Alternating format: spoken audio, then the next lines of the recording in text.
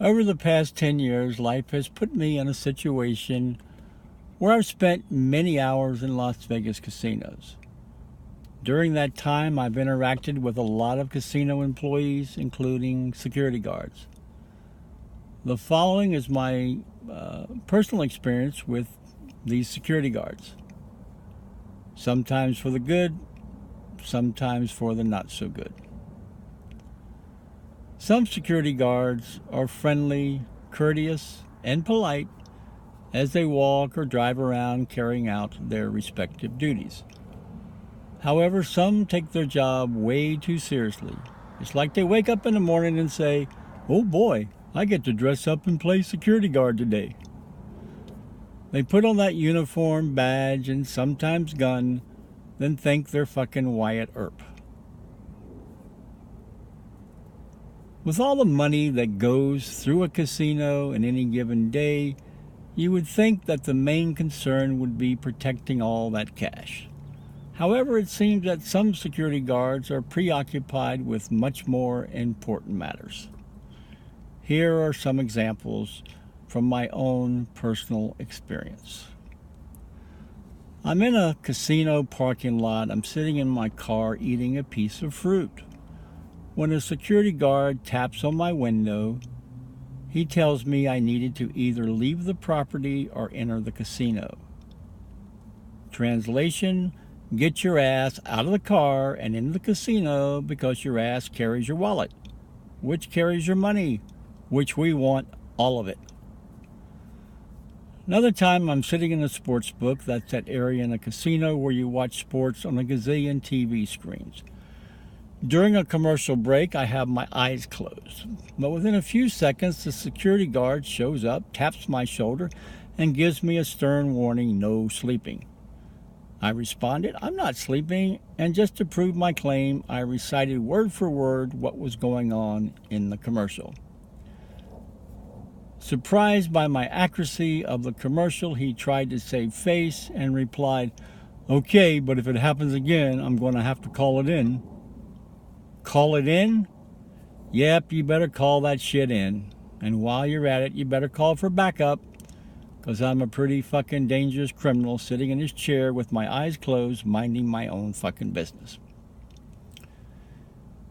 In the same sports book, on another day, I brought in one of those little cardboard containers of soup that you zip off the top of the carton and eat it right out of the box. A security guard appears and tells me in a rather stern voice, "No outside food in the sports book." He walks away, but I had no way of closing the carton, so I get an empty cup with a lid, and as I'm pouring the soup into the cup so I can take it outside the casino, this same security guard swoops down on me like some giant vulture and in this drill sergeant tone of voice barks at me, "I gave you a stern warning.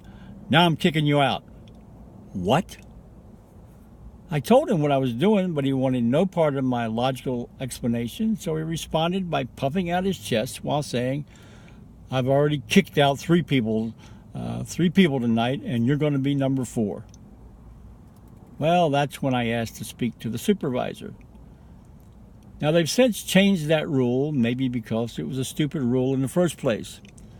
And I'd like to think my little incident had something to do with the change.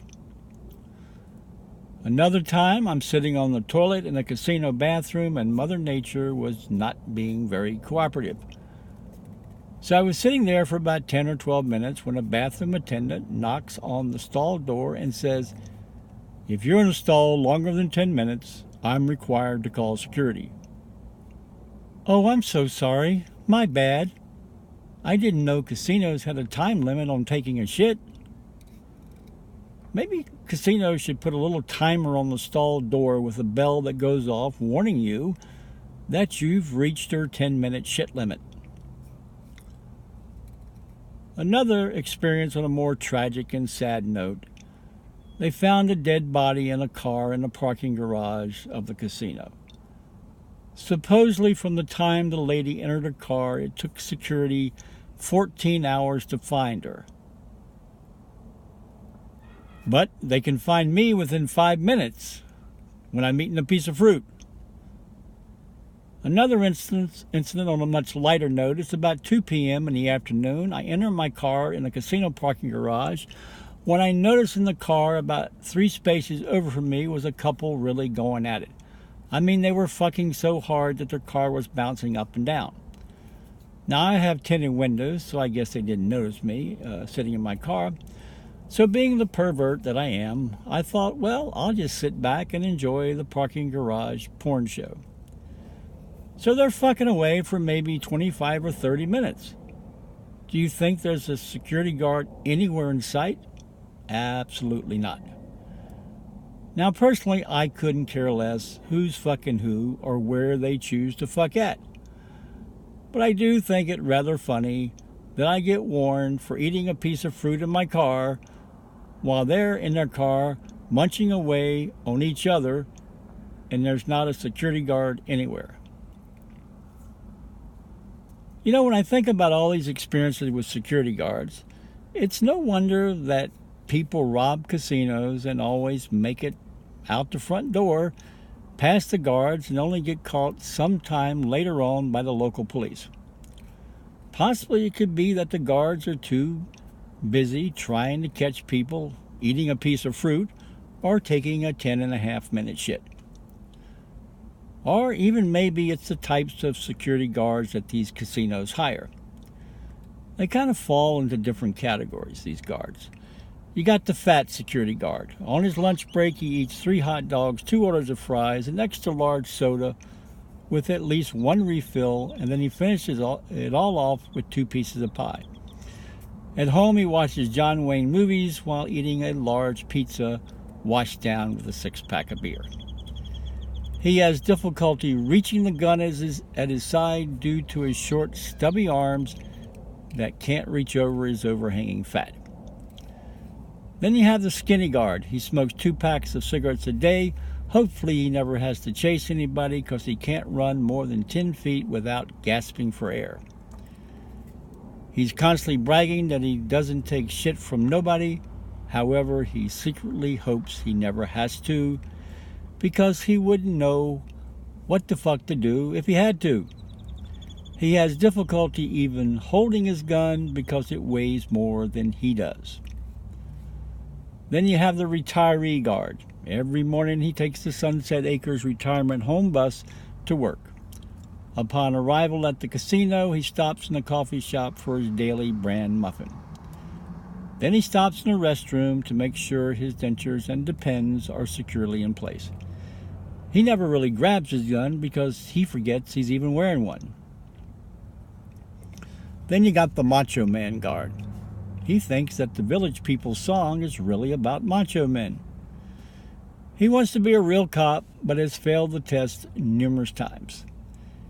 He has a collection of every Chuck Norris and Steven Seagal movie that has ever been made.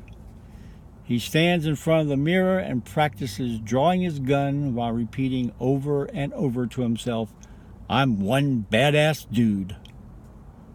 Hopefully he never has to pull out his gun because he'll start shooting everyone in sight.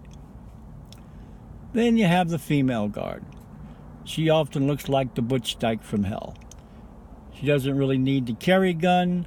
She just grabs your hair, pulls you to the ground, handcuffs you, drags you to the back room, then slaps the shit out of you while yelling, "Who's your bitch now?"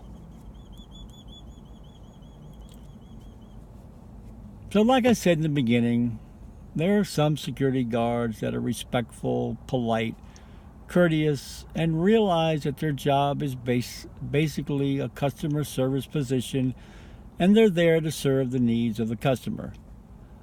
But the ones that are on this ego power trip, well, here's a news flash for you. You're not a fucking trained Navy SEAL out on some special ops mission. You're a fucking security guard who was probably working at In-N-Out Burger or Home Depot before you got this job. So drop the tough guy, badass cop bullshit act, because in reality you're nothing more than a very insecure person who lives under the illusion that when you put on that badge and uniform, you're showing everyone what a big, bad, tough guy or girl you are. Well, here's another newsflash. The only thing you're showing everyone is what an absolute asshole you are. Truth is, you're just another schmuck like all the rest of us, trying to get through life the best we can. So bottom line, relax, chill out, and drop the attitude. If all that's too difficult, I suggest you go back to your job at Home Depot, where you can be the biggest, baddest, toughest dude or gal walking up and down the paint and wallpaper aisle.